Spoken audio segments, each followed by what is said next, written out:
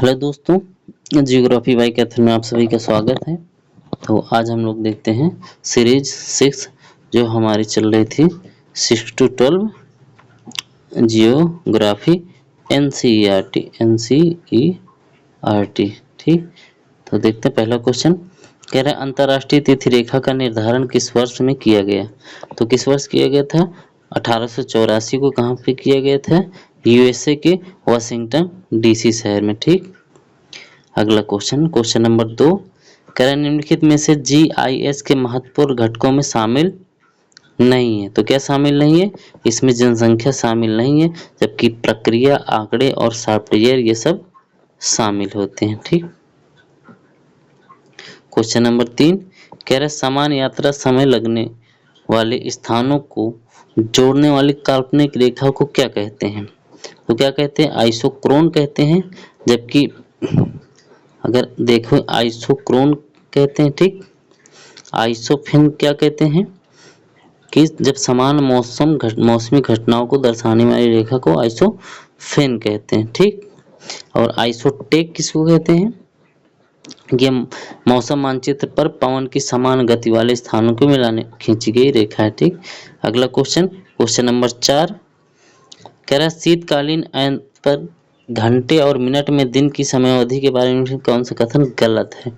तो option C गलत हो जाएगा। यहाँ 6 घंटा ना होके 9 घंटा होगा। ठीक, 9 घंटा और 8 मिनट। ठीक, शीत ऋतु में। जबकि ग्रीष्म ऋतु में जून में अगर देखें तो 14 घंटा यानी लगभग 15 घंटा पहुंच जाएगा। Question number 5। कह रहा है वे संसाधन जिनकी मात्रा ज्ञात होती है उसे क्या कहते हैं? तो वास्तविक संसाधन, जो हम जानते हैं कि इतना है। संभाव्य संसाधन कह सकते हैं कि संभावना है। अजैव जो निर्जीव होते हैं, जैव जो सजीव होते हैं। ठीक, क्वेश्चन नंबर 6। कह रहे अफ्रीका महाद्वीप में सर्वाधिक जनसंख्या वाला देश कौन सा है?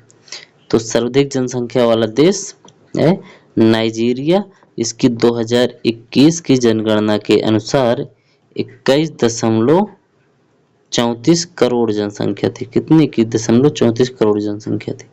अगला क्वेश्चन मिलान करना है इसमें।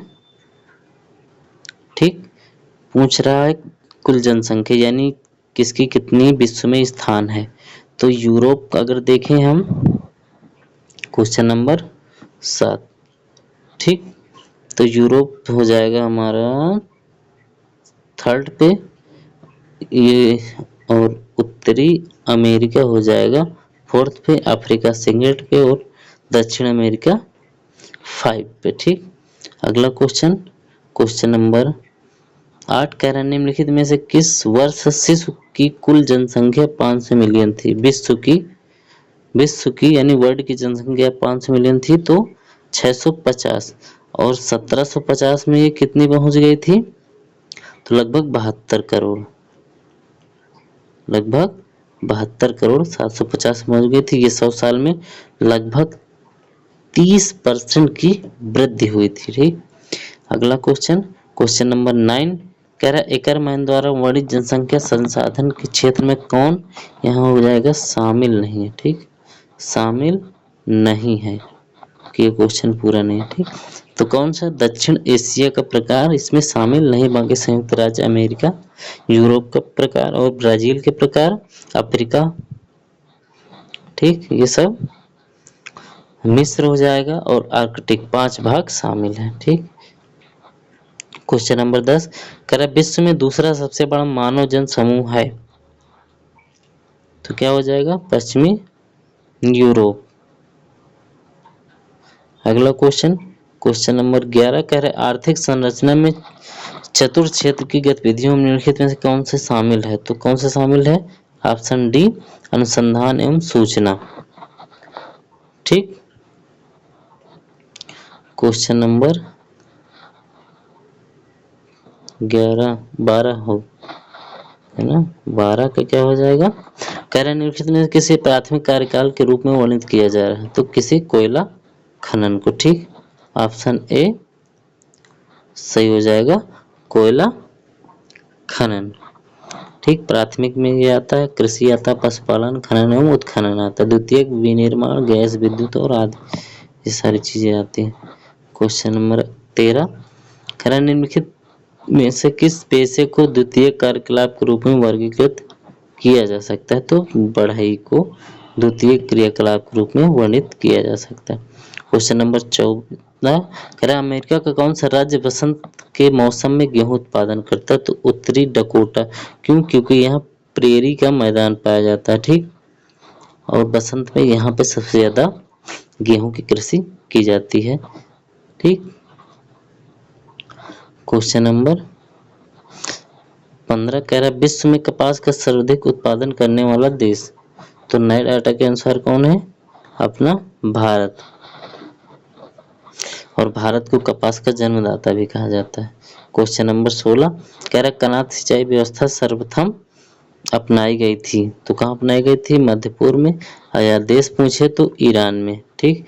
यहाँ भूमिगत नहरें बना के सिंचाई की जाती है, ठीक। अगर ड्रिप सिंचाई की बात करें बूंद वाली कृषि तो वो इजराइल से शुरू हुई थी। क्वेश्चन नंबर 17, कह रहा है कौन सा देश यूरेनियम का प्रमुख उत्पादक है? तो कनाडा प्रमुख उत्पादक है। अगर भंडार की बात पूछ ले कि भंडार कहाँ पे है तो हो जाएगा ऑस्ट्रेलिया, ठीक, ऑस्ट्रेलिया। अगला क्वेश्चन, क्वेश्चन नंबर 18, कह रहा है लेनिनग्राड पतन स्थित है? तो कहाँ ये? रूस में। इसका जो नया नाम है, नया नाम उसको कहते हैं सेंट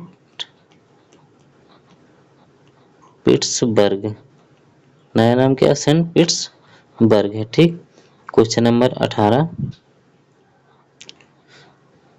18 हो गया। 19, कह रहा कील नहर जोड़ती है? कील नहर जोड़ती है तो उत्तरी सागर और बाल्टिक सागर को जोड़ती है, ठीक। कील नहर को पहले केसर विल्सन के नाम से जाना जाता था। इसको पहले किस नाम से जाना जाता था? केसर विल्सन, विल्हम, सॉरी मिल्हम, विल्हम के नाम से जाना जाता था। ये अगर पूछा जाए कितना है तो ये 98 किलोमीटर है, ठीक। अगला क्वेश्चन, क्वेश्चन नंबर 20, कह रहा है भारत का सॉरी निम्नलिखित स्थानों में से कौन सा ट्रांस साइबेरियन रेल मार्ग पर स्थित नहीं है? तो मिन्स्क स्थित नहीं, बाकी व्लादिवोस्टोक, अमस्क और मॉस्को ये सब स्थित है। अगर और देखें तो जैसे व्लादिवोस्टोक है, ओमस्क है, टोमस्क है, चीता है, इर्कुत्स्क है, मॉस्को और सेंट पीटर्सबर्ग यानी लेनिनग्राड स्थित है। जबकि मिन्स्क जो है ये बेलारूस की राजधानी है। क्या है? बेलारूस की राजधानी है, ठीक। आगे बढ़ते हैं। क्वेश्चन नंबर 21, कह रहा है बकिंघम नहर का मुख्य कार्य क्या है? तो इसका कार्य था मुख्य नौकायान। क्यों? क्योंकि ये तटीय जो कोरोमंडल तट है तमिलनाडु वाला, वहाँ ये 400 किलोमीटर लंबी है, ठीक। कितनी? 400 किलोमीटर। क्योंकि ये आंध्र प्रदेश के विजयवाड़ा से लेकर तमिलनाडु के विल्लुपुरम, कहाँ तक? विल्लुपुरम तक हुआ है, ठीक। और इसका निर्माण ब्रिटिश काल में हुआ, ठीक। और खारे पानी में है ये। क्वेश्चन नंबर 22, कह रहे निम्नलिखित में से कौन सा बंदरगाह भारत के पश्चिमी तट पर स्थित है? तो जवाहरलाल नेहरू पश्चिमी तट पर स्थित है मुंबई में। बाकी तूतीकोरिन तमिलनाडु में है और कराईकल भी है। ये सब पूर्वी क्षेत्र है, बाकी ये पश्चिमी क्षेत्र का है। क्वेश्चन नंबर 23, कह रहा भारत में पहली बार जल अधिनियम वर्ष में लागू हुआ था? तो किस वर्ष में लागू हुआ था? तो 1974 में लागू हुआ था, ठीक। ये किस लिए आया था? जल प्रदूषण को नियंत्रित करना था, इसमें इसका उद्देश्य था। आगे बढ़ते हैं। क्वेश्चन नंबर 24, कह रहा मोचा कॉफी कहाँ उगाई जाती है? मोचा कॉफी कहाँ उगाई जाती है? तो यमन में। और मोचा का एक जो कॉफी है तो कैसा पौधा है? ये उष्णकटिबंधीय पौधा है, ठीक। इसके बीज से निकाल के कहवा बनाया जाता है। क्वेश्चन नंबर 25, कह रहा भूगोल पृथ्वी की भिन्नतापूर्ण स्वरूप का यथार्थ क्रमबद्ध एवं तर्क संगत वर्णन एवं व्याख्या से संबंधित है। यह कथन किसने दिया? तो रिचर्ड हार्टसॉन महोदय ने यह कथन दिया था, ठीक। क्वेश्चन नंबर अगला 26, कह रहा संपूर्ण पृथ्वी का घनत्व है? तो सब कोई जानता है 5.5 है, ठीक।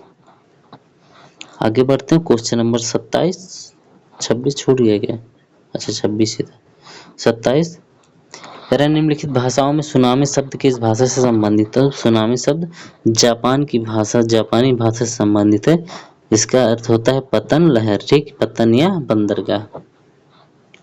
आगे बढ़ते हैं क्वेश्चन नंबर 28। तो इसमें मिलान करना है। तो चतुष्फल की परिकल्पना गिल महोदय ने दिया था, महाद्वीप विस्थापन वेगनर ने, संवहनी धारा होम्स ने, और पर्वत निर्माण कुबर महोदय ने दिया। ठीक, तो स्क्रीनशॉट भी मार सकते हैं इसका। अगला क्वेश्चन कह रहा सेंट आर्टेजियन बेसिन स्थित है। तो ये ऑस्ट्रेलिया महाद्वीप में स्थित है और इसको बोला जाता है सेंट आर्टेजियन बेसिन को पाताल तोड़ कुएं। ठीक, ये कहाँ पाए जाते हैं? मर्रे डार्लिंग बेसिन है, नदी है, वहीं पर सबसे ज्यादा पाताल तोड़ कुएं विश्व में पाए जाते हैं। ठीक, ऑस्ट्रेलिया में।